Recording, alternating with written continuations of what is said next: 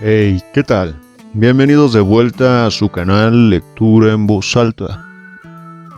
En esta ocasión continuamos con la obra Grandes Esperanzas de Charles Dickens. Hoy les leeré el capítulo 39. Pónganse cómodos, comenzamos. Capítulo 39. Había cumplido ya 23 años. Ni una sola palabra oí hasta entonces que pudiese iluminarme con respecto al asunto de mis esperanzas. Y hacía ya una semana que cumplí mi 23º aniversario. Un año antes habíamos abandonado la posada de Barnard y vivíamos en el Temple. Nuestras habitaciones estaban en Garden Court, junto al río. El señor Pocket y yo nos habíamos separado hacía algún tiempo, por lo que se refiere a nuestras primeras relaciones. Pero continuábamos siendo muy buenos amigos. A pesar de mi incapacidad de dedicarme a nada, lo cual creo que se debía a la intranquilidad que me producía la incertidumbre del origen de mis medios de vida, era muy aficionado a leer. Y lo hacía regularmente durante muchas horas cada día. El asunto de Herbert progresaba también, y los míos eran tal como los he descrito al terminar el capítulo anterior. Los negocios habían obligado a Herbert a dirigirse a Marsella. Yo estaba solo, y por esta causa experimentaba una penosa sensación. Desanimado y ansioso, esperando que el día siguiente o la semana próxima me dejarían ver con mayor claridad mi camino. Echaba de menos el alegre rostro y el simpático carácter de mi amigo. El tiempo era muy malo, tempestuoso y húmedo. En las calles había una cantidad extraordinaria de barro.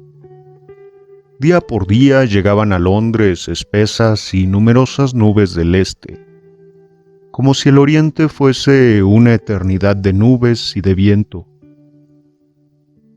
Tan furiosas habían sido las acometidas del huracán, que hasta algunos edificios elevados de la capital habían perdido los canalones de sus tejados.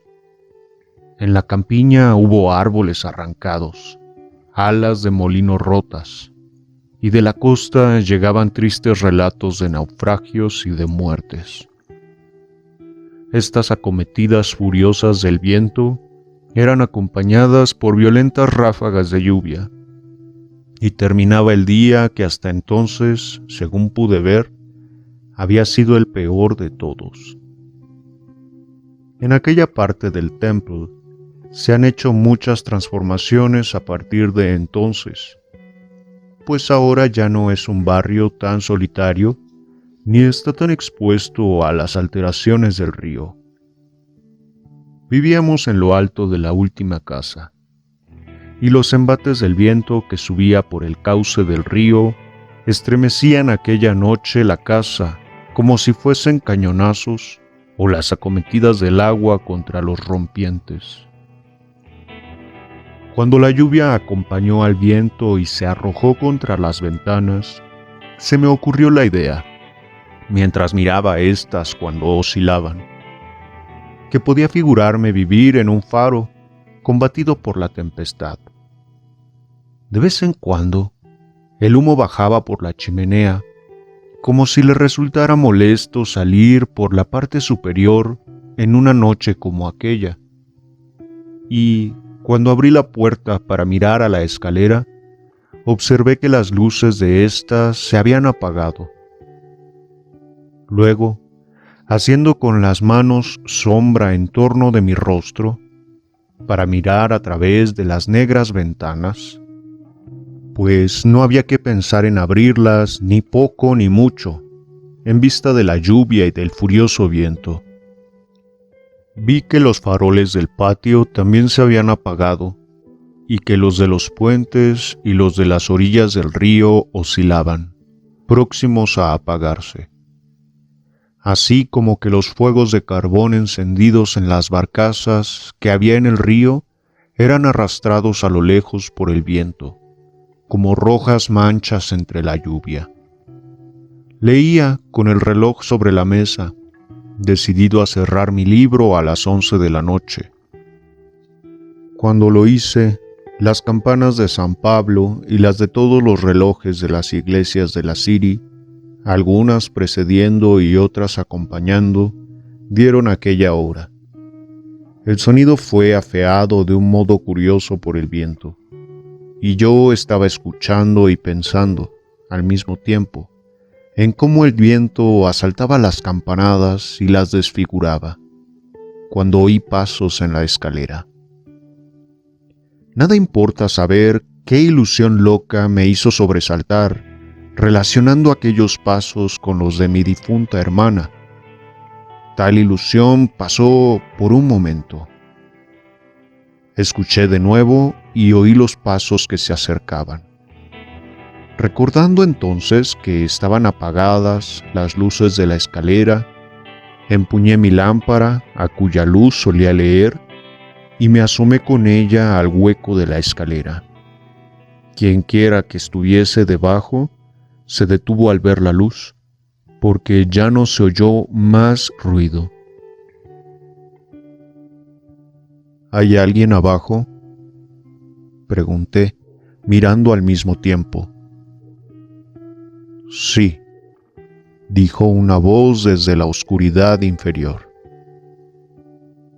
¿Qué piso busca usted? El último. Deseo ver al señor Pip. Ese es mi nombre. ¿Ocurre algo grave? Nada de particular, replicó la voz. Y aquel hombre subió. Yo sostenía la lámpara por encima de la baranda de la escalera y él subió lentamente a su luz.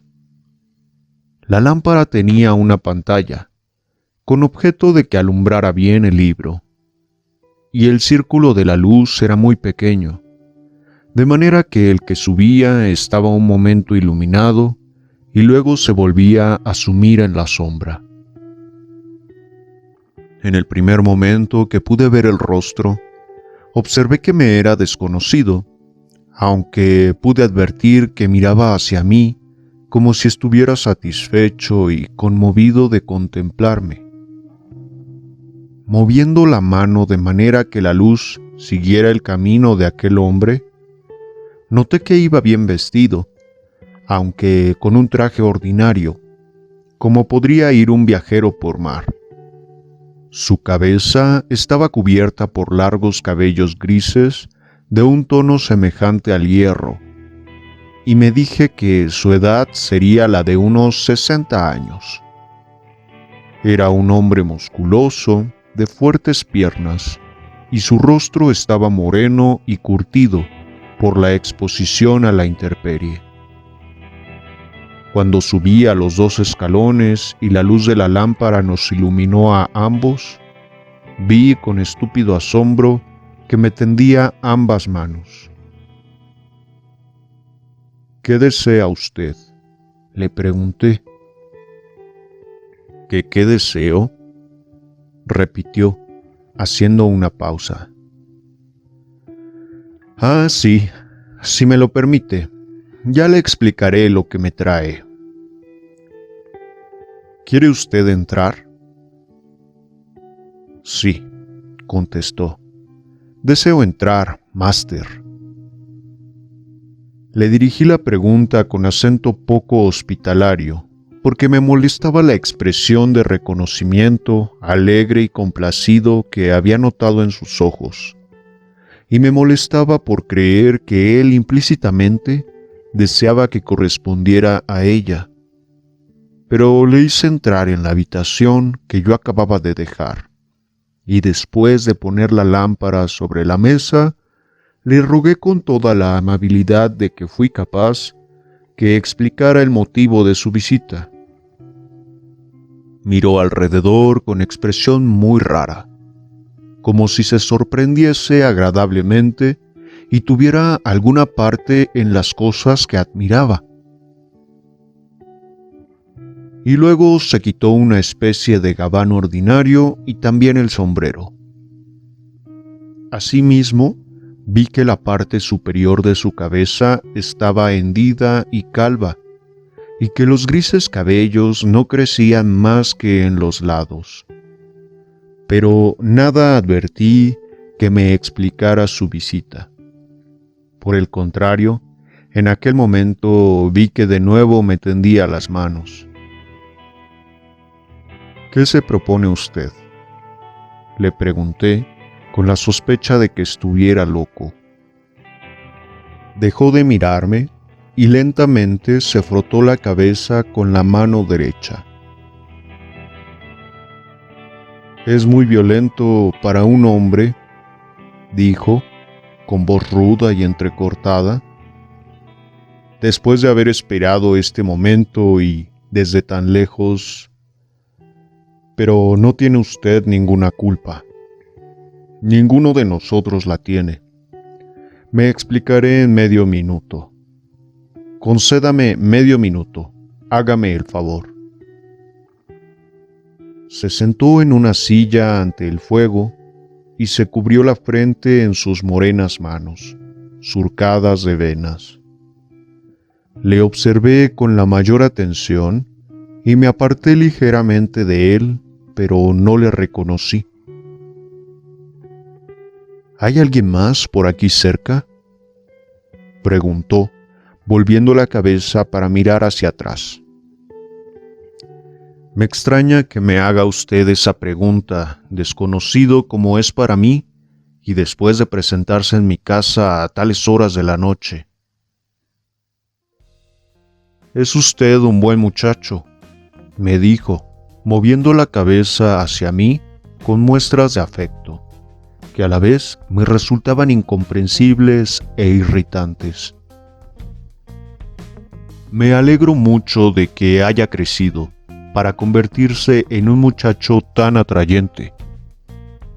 Pero no me haga aprender, porque luego se arrepentirá amargamente de haberlo hecho». Abandoné mentalmente la intención que él acababa de comprender, porque en aquel momento le reconocí. Era imposible identificar un simple rasgo de su rostro, pero a pesar de eso le reconocí. Si el viento y la lluvia se hubiesen llevado lejos aquellos años pasados, y al mismo tiempo todos los sucesos y todos los objetos que hubo en ellos, situándonos a los dos en el cementerio, en donde por primera vez nos vimos cara a cara y a distinto nivel, no habría podido conocer a mi presidiario más claramente de lo que le conocía entonces, sentado ante el fuego. No había necesidad de que se sacara del bolsillo una lima para mostrármela, ni que se quitara el pañuelo que llevaba al cuello para ponérselo en torno de la cabeza, ni que se abrazase a sí mismo y echase a andar a través de la habitación, mirando hacia mí para que le reconociese. Le conocí antes de que ayudase de este modo, aunque un momento antes no había sospechado ni remotamente su identidad. Volvió a donde yo estaba y de nuevo me tendió las manos, sin saber qué hacer, porque a fuerza de asombro había perdido el dominio de mí mismo. Le di las mías de mala gana. Él las estrechó cordialmente, se las llevó a los labios, las besó y continuó estrechándolas. «Obraste noblemente, muchacho», dijo. «Noble Pip, y yo jamás lo he olvidado». Al advertir un cambio en sus maneras, como si hasta se dispusiera a abrazarme, le puse una mano en el pecho y le obligué a alejarse. Basta, dije. Apártese. Si usted me está agradecido por lo que hice en mi infancia, espero que podrá demostrarme su gratitud comunicándome que ha cambiado de vida. Si ha venido aquí para darme las gracias, debo decirle que no era necesario. Sin embargo, ya que me ha encontrado, no hay duda de que hay algo bueno en el sentimiento que le ha traído. Y por eso no le rechazaré, pero seguramente comprenderá que yo... Mi atención quedó de tal modo atraída por la singularidad de su mirada fija en mí, que las palabras murieron en mis labios. «Decía usted», observó, después de mirarnos en silencio, «que seguramente comprenderé». ¿Qué debo comprender? Que no debo renovar con usted aquella relación casual y ya muy antigua, en estas circunstancias que son completamente distintas. Me complazco en creer que se ha arrepentido usted, recobrando el dominio de sí mismo. Se lo digo con el mayor gusto, y también me alegro, creyendo que merezco su gratitud, de que haya venido a darme las gracias. No obstante, nuestros caminos son muy distintos. Está usted mojado, de pies a cabeza y parece muy fatigado. ¿Quiere beber algo antes de marcharse? Había vuelto a ponerse el pañuelo en torno del cuello, aunque sin apretar el nudo, y se quedó mirándome con la mayor atención, mordiendo una punta de aquel. «Me parece», me contestó, sin dejar de morder el pañuelo y mirándome fijamente, «que beberé antes de marcharme y por ello también le doy las gracias». En una mesita auxiliar había una bandeja. La puse encima de la mesa inmediata al fuego y le pregunté qué prefería. Señaló una de las botellas sin mirarla y sin decir una palabra, y yo le serví un poco de agua caliente con ron. Me esforcé en que no me temblara la mano en tanto que le servía, pero su mirada fija en mí mientras se recostaba en su silla, con el extremo del pañuelo entre sus dientes, cosa que hacía tal vez sin darse cuenta, fue causa de que me resultara difícil contener el temblor de la mano. Cuando por fin le serví el vaso, observé con el mayor asombro que sus ojos estaban llenos de lágrimas. Hasta entonces yo había permanecido en pie, sin tratar de disimular mi deseo de que se marchara cuanto antes. Pero me ablandé al observar el suavizado aspecto de aquel hombre y sentí el mudo reproche que me dirigía. «Espero», dije, sirviéndome apresuradamente algo de beber yo también y acercando una silla a la mesa. «Espero que no creerá usted que le he hablado con rudeza. No tenía intención de hacerlo, pero si así fue, lo lamento mucho. Deseo que sea usted feliz y se encuentre a su gusto». Cuando me llevé el vaso a los labios, él miró sorprendido el extremo de su pañuelo, dejándolo caer al abrir la boca, y luego me tendió la mano. Yo le di la mía y ambos bebimos. Hecho esto, se pasó la manga de su traje por los ojos y la frente. «¿Cuál es su profesión?», le pregunté. «He tenido rebaños de ovejas, he sido criador de reses y otros oficios semejantes en el Nuevo Mundo», contestó, es decir, a muchos millares de millas de aquí y a través del agua tempestuosa. Espero que habrá usted ganado dinero. Mucho, muchísimo. Otros que se dedicaban a lo mismo hicieron también bastante dinero, pero nadie tanto como yo. Fui famoso por esta causa. Me alegro mucho. Espero que se alegrará usted más todavía, mi querido joven. Sin tratar de averiguar el sentido de tales palabras, ni la razón del tono con que fueron pronunciadas, volví mi atención al detalle que acababa de presentarse a mi mente. ¿Ha visto alguna vez al mensajero que me mandó? Después que él hubo cumplido el encargo que usted le diera. No le he echado la vista encima. No era fácil tampoco que le viese.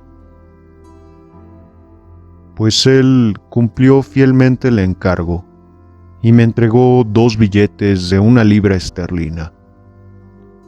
Entonces yo era un pobre niño, como ya sabe usted, y para mí aquella cantidad era casi una pequeña fortuna.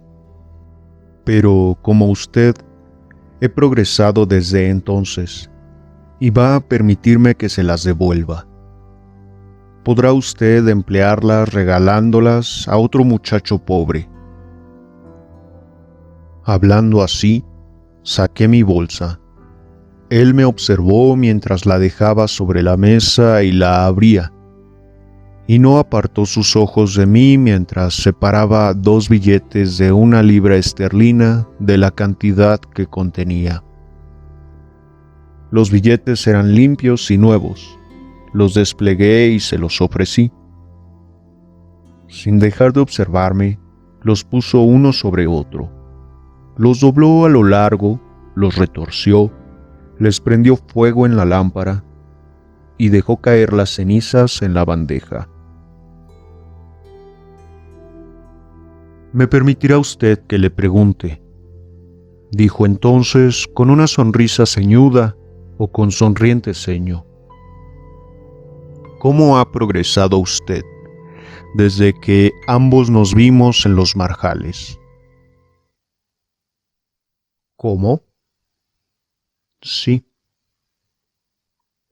Vació su vaso, se levantó y fue a situarse al lado del fuego, apoyando su grande y morena mano en la chimenea.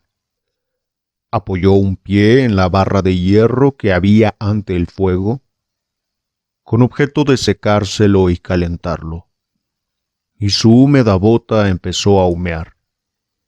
Pero él no la miraba ni tampoco se fijaba en el fuego, sino que me contemplaba con la mayor atención.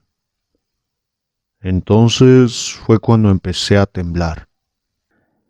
Cuando se entreabrieron mis labios y formulé algunas palabras que no se pudieron oír, hice fuerza en mí mismo para decirle, aunque no con mucha claridad, que había sido elegido para heredar algunas propiedades.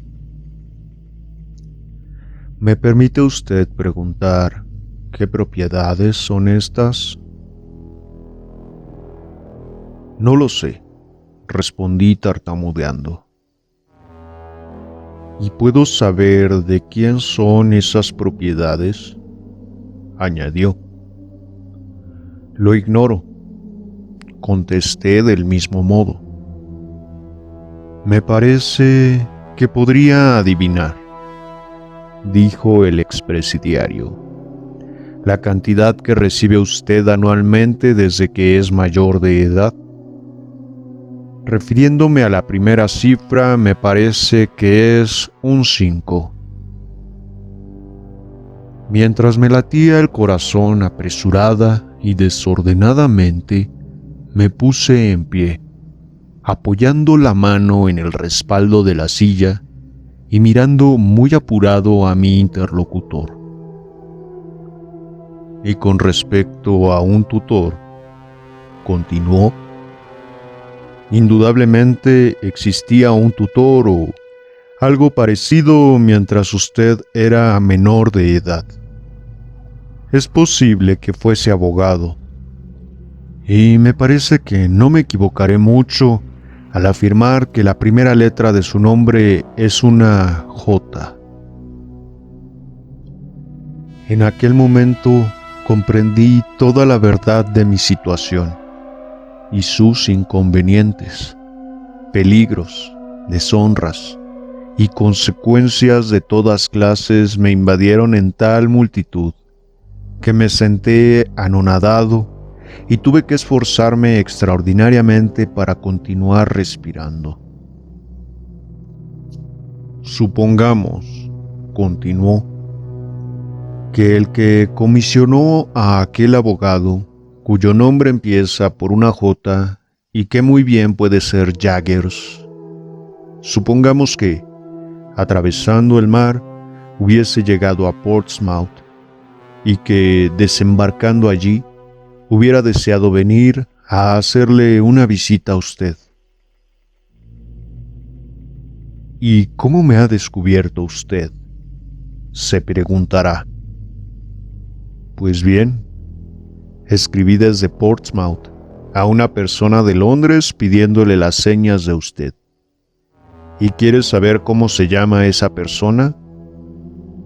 Pues es un tal Wemmick. Ni para salvar mi vida habría podido pronunciar entonces una sola palabra.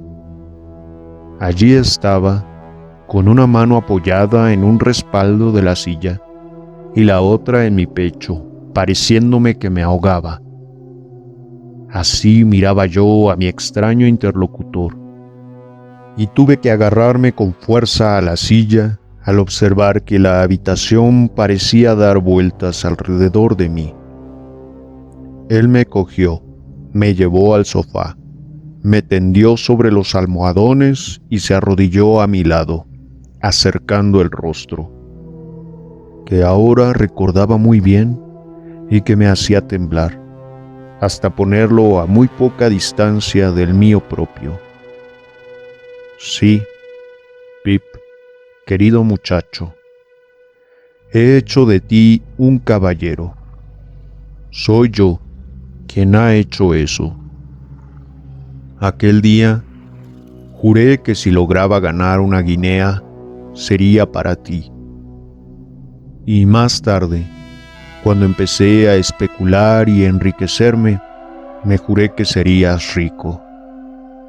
Viví sufriendo grandes penalidades para que tú vivieses cómodamente.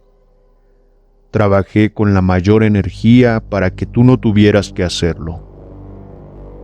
Qué cosas tan raras, ¿verdad, muchacho? ¿Y crees que te lo digo para que estés agradecido? De ninguna manera. Te lo digo tan solo para que sepas que aquel perro, cuya vida contribuiste a sostener, levantó la cabeza a tal altura para poder hacer de ti un caballero. Y en efecto, Pip, has llegado a ser un caballero. El aborrecimiento que me inspiraba aquel hombre y el temor que sentía hacia él, así como la repugnancia que me obligó a evitar su contacto, no habrían podido ser mayores de haber sido un animal terrible. Mira, Pip, soy tu segundo padre. Tú eres mi hijo, y todavía más que un hijo. He ahorrado mucho dinero tan solo para que tú puedas gastarlo. Cuando me alquilaron como pastor y vivía en una cabaña solitaria, sin ver más que las ovejas, hasta que olvidé cómo eran los rostros de los hombres y las mujeres, aún entonces, mentalmente, seguía viendo tu rostro. Muchas veces se me ha caído el cuchillo de las manos en aquella cabaña, cuando comía o cenaba, y entonces me decía: aquí está otra vez mi querido muchacho, contemplándome mientras como y bebo. Te vi muchas veces con tanta claridad como el día en que te encontré en los marjales llenos de niebla. Así Dios me mate, decía con frecuencia y muchas veces al aire libre para que me oyese el cielo. Pero si consigo la libertad y la riqueza, voy a ser un caballero de ese muchacho. Y ahora, mira esta vivienda tuya, digna de un lord. ¿Un lord? Ah, tendrás dinero más que suficiente para hacer apuestas con los lores y para pagar ventajas sobre ellos.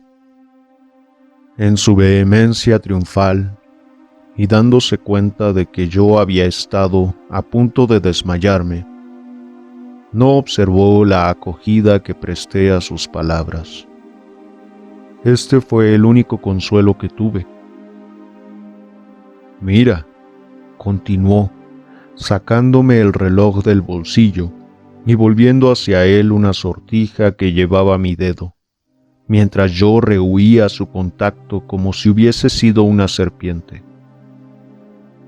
El reloj es de oro y la sortija magnífica, ambas cosas dignas de un caballero. Y fíjate en tu ropa blanca, fina y hermosa. Mira tu traje, mejor no puede encontrarse. Y también tus libros, añadió, mirando alrededor, que llenan todos los estantes, a centenares. Y tú los lees, ¿no es verdad?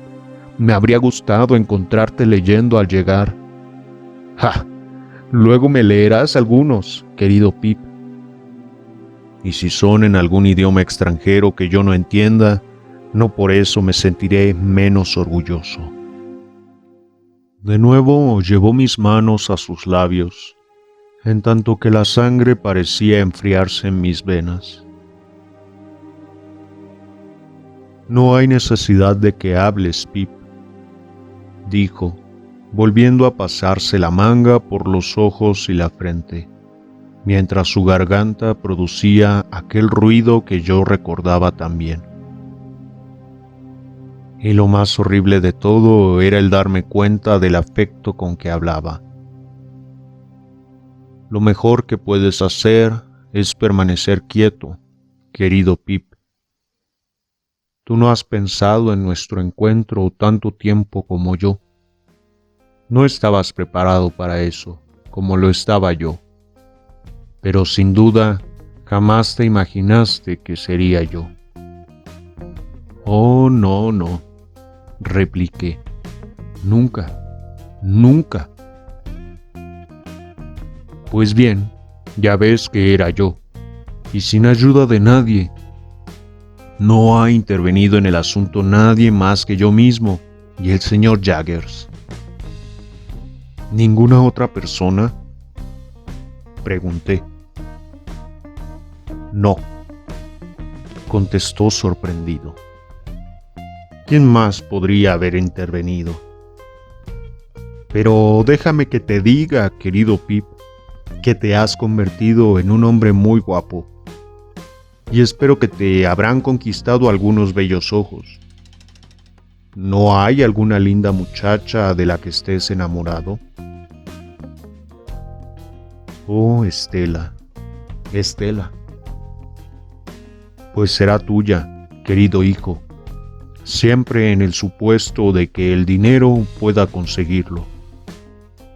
No porque un caballero como tú, de tan buena figura y tan instruido, no pueda conquistarla por sí mismo, pero el dinero te ayudará. Ahora, déjame que acabe lo que te iba diciendo, querido muchacho, de aquella cabaña y del tiempo que pasé haciendo de pastor. Recibí el primer dinero, pues al morir me lo dejó mi amo, que había sido lo mismo que yo, y así logré la libertad y empecé a trabajar por mi cuenta. Y todas las aventuras que emprendía lo hacía por ti. Dios bendiga mi empresa, decía al emprenderla. No es para mí, sino para Él. Y en todo prosperé de un modo maravilloso. Para que te des cuenta, he de añadir que me hice famoso. El dinero que me legaron y las ganancias del primer año lo mandé todo al señor Jaggers. Todo para ti. Entonces él fue en tu busca, de acuerdo con las instrucciones que le di por carta. Oh, ojalá no hubiese venido. Rezaría a Dios que me dejara en la fragua, lejos de ser feliz, pero, sin embargo, dichoso en comparación con mi estado actual. Y entonces, querido Pip, recibí la recompensa, sabiendo secretamente que estaba haciendo de ti un caballero. A veces los caballos de los colonos me llenaban de polvo cuando yo iba andando, pero yo me decía, estoy haciendo ahora un caballero que será mucho mejor que todos los demás. Y cuando uno decía a otro, hace pocos años era un presidiario y además es un hombre ordinario e ignorante, sin embargo tiene mucha suerte.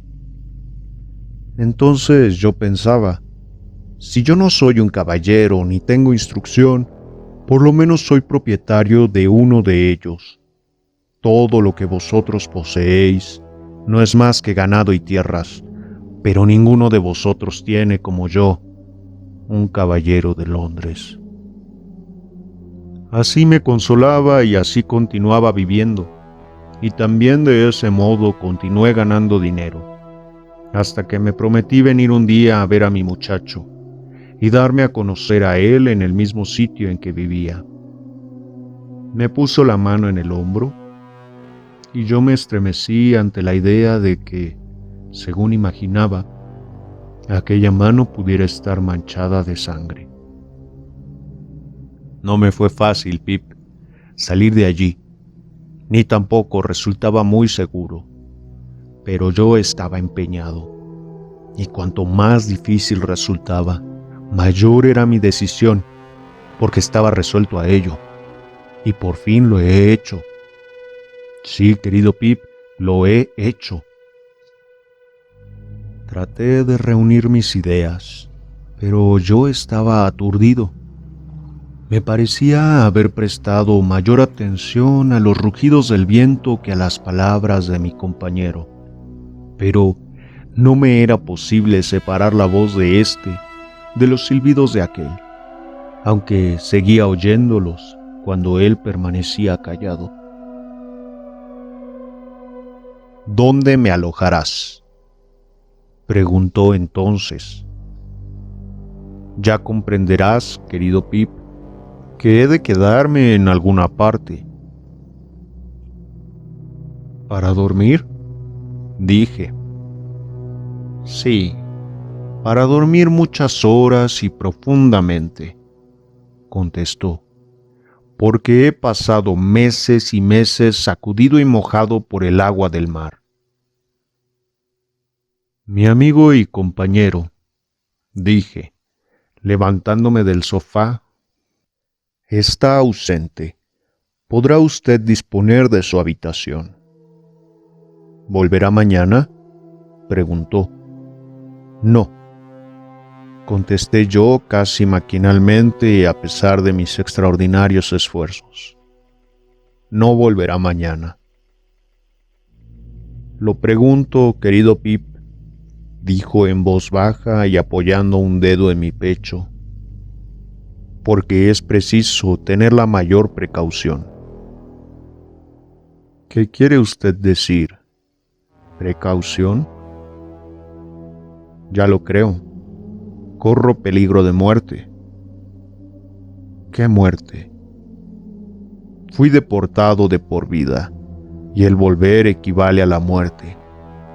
Durante estos últimos años han vuelto muchos que se hallaban en mi caso, y sin duda alguna me ahorcarían si me cogiesen.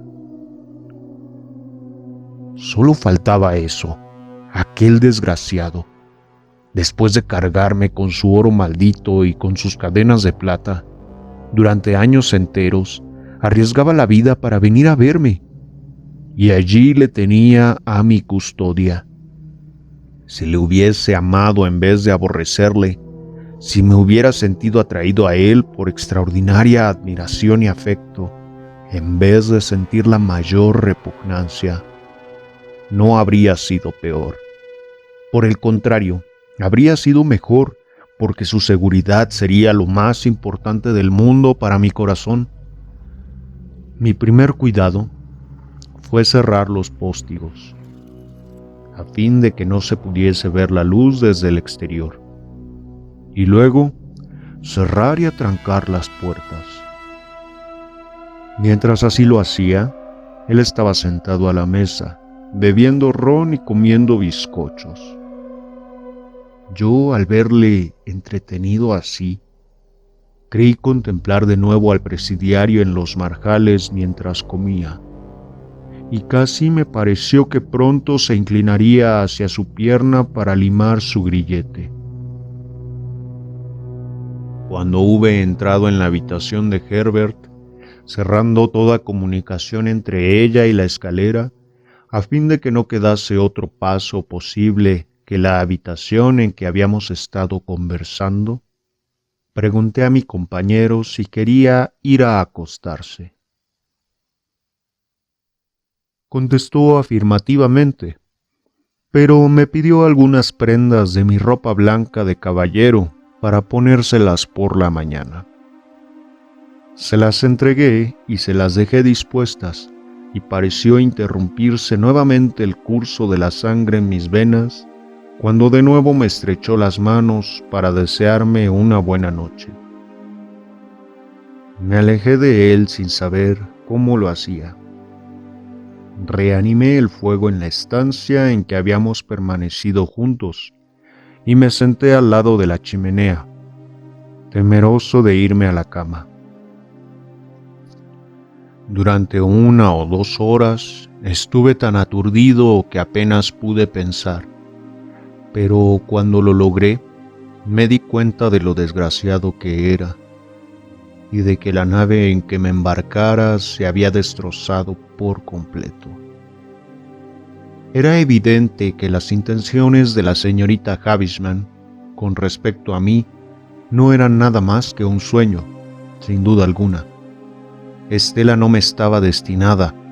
En la casa Satie se me toleraba como algo conveniente, como si fuese una espina para los avarientos parientes, como un modelo dotado de corazón mecánico, a fin de que Estela se practicase en mí cuando no había nadie más en quien hacerlo. Estas fueron las primeras ideas que se presentaron a mi mente. Pero el dolor más agudo de todos era el de que, a causa de aquel presidiario, reo de ignorados crímenes y expuesto a ser cogido en mis propias habitaciones para ser ahorcado en Old Bailey, yo había abandonado a Joe. Entonces no habría querido volver al lado de Joe ni al de Biddy por nada del mundo, aunque me figuro que eso se debía a la seguridad que tenía de que mi indigna conducta hacia ellos era más culpable de lo que me había figurado. Ninguna sabiduría en la tierra podría darme ahora el consuelo que habría obtenido de su sencillez y de su fidelidad. Pero jamás podría deshacer lo hecho. En cada una de las acometidas del viento y de la lluvia, parecíame oír el ruido de los perseguidores. Por 2 veces habría jurado que llamaban a la puerta y que al otro lado alguien hablaba en voz baja. Con tales temores, empecé a recordar que había recibido misteriosos avisos de la llegada de aquel hombre. Me imaginé que durante las semanas anteriores vi en las calles algunos rostros que me parecieron muy semejantes al suyo. Díjeme que aquellos parecidos habían sido más numerosos a medida que él se acercaba a Inglaterra, y estaba seguro de que su maligno espíritu me había mandado de algún modo aquellos mensajeros, y en aquella noche tempestuosa Él valía tanto como su palabra y estaba conmigo. Entre estas reflexiones, se me ocurrió la de que, con mis ojos infantiles, le juzgué hombre violento y desesperado, que había oído al otro presidiario asegurar reiteradamente que había querido asesinarle. Y yo mismo le vi en el fondo de la zanja, luchando con la mayor fiereza con su compinche.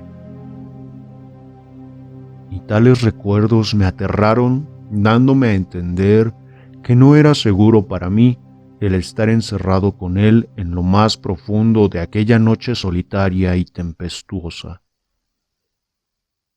Y ese temor creció de tal manera que por fin me obligó a tomar una bujía para ir a ver a mi terrible compañero. Este se había envuelto la cabeza en un pañuelo y su rostro estaba inmóvil y sumido en el sueño. Dormía tranquilamente, aunque en la almohada se veía una pistola. Tranquilizado acerca del particular, puse suavemente la llave en la parte exterior de la puerta y le di vuelta para cerrar antes de sentarme junto al fuego. Gradualmente me deslicé de mi asiento y al fin me quedé tendido en el suelo. Cuando desperté, sin que durante mi sueño hubiese olvidado mi desgracia, los relojes de las iglesias de la parte oriental de Londres daban las 5 de la madrugada. Las bujías se habían consumido, el fuego estaba apagado, y el viento y la lluvia intensificaban las espesas nieblas.